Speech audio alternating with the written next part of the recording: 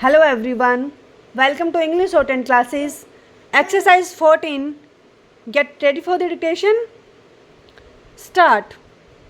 We have to pursue a more balanced policy of regional development so that adequate employment opportunities are made available in the more populated regions of the country.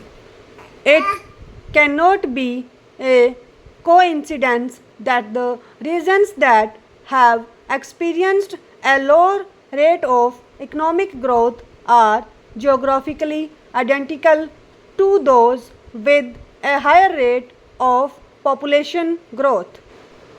While analysts can debate whether it is development that enables the demographic transition or the other way round. Policymakers must deal with the reality of this imbalance. This means we have to provide new employment opportunities in less developed regions. Since private investment tends to go to better developed regions, the government has to step in to help backward regions. Given the paucity of state level resources, we have set up a backward regions grant fund to augment development assistance in these regions. We are also launching the National Employment Guarantee Program to ensure livelihoods in these regions. Not only will these measures enhance employment opportunities and incomes and hence have an effect on demographic trends, but they will also ensure a higher participation of women in our workforce. It is an accepted fact that increased participation of women in the workforce will ensure an earlier demographic transition. While the three-pronged approach of focused attention on women and girls, a general enhancement of educational and health levels, and balanced regional development must be the core of any population stabilization strategy. I would also like to draw attention to some aspects of our health programs. For far too long has the health sector been addressed through a series of vertical disease based programs.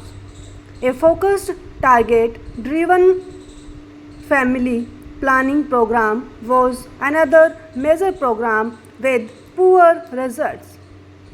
Underlying all this was a general program to support primary health care.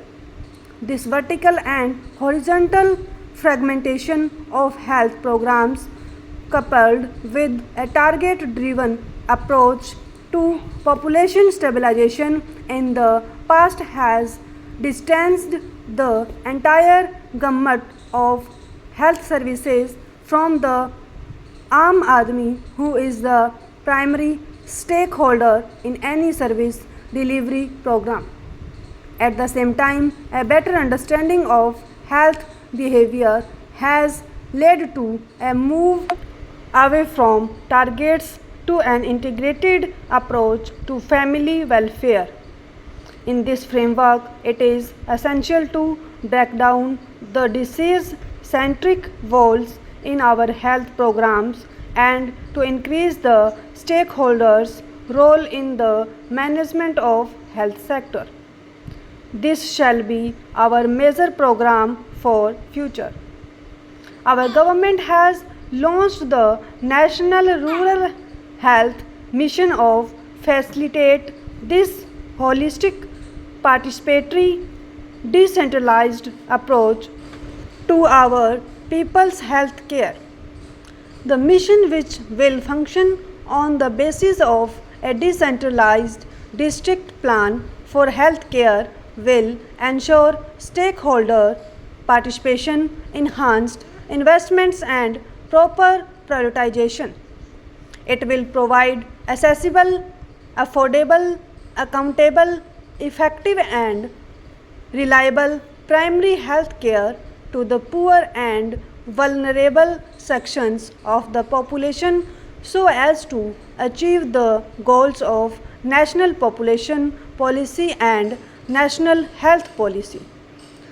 The reproductive and child health program will be integrated into the mission and become subsumed in it. I hope that this mission does for our healthcare sector what the Sarv Shiksha Abhiyan is doing for our education sector. Our government is committed to increasing the resources committed to primary health care so that there is substantial improvement in all demographic and health indicators over the next 5 years. Some of our states have demonstrated that this is possible, and we will certainly ensure that all other states achieve similar results. The National Population Policy affirms the commitment of the government towards voluntary and informed choice to citizens availing of reproductive health care services.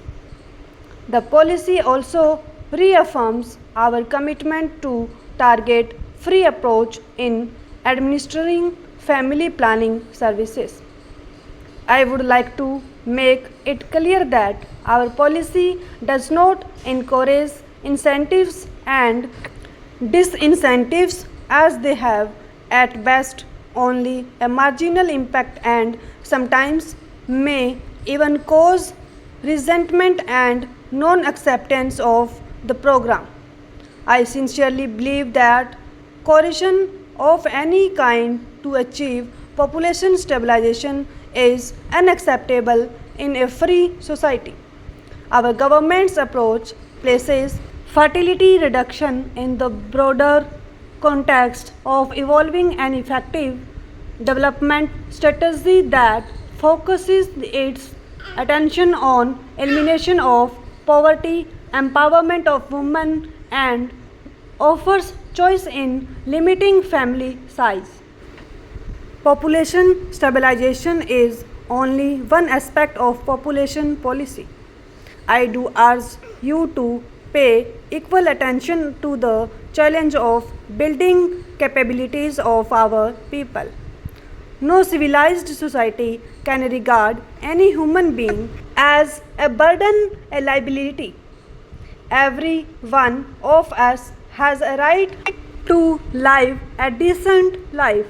The challenge of population management is to empower people so that those who are perceived as liabilities can be effectively transformed into assets.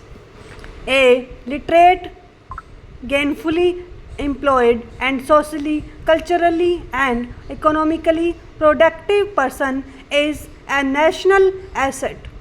In a country of over a billion people, you can imagine what we can do for our nation by helping empower our people.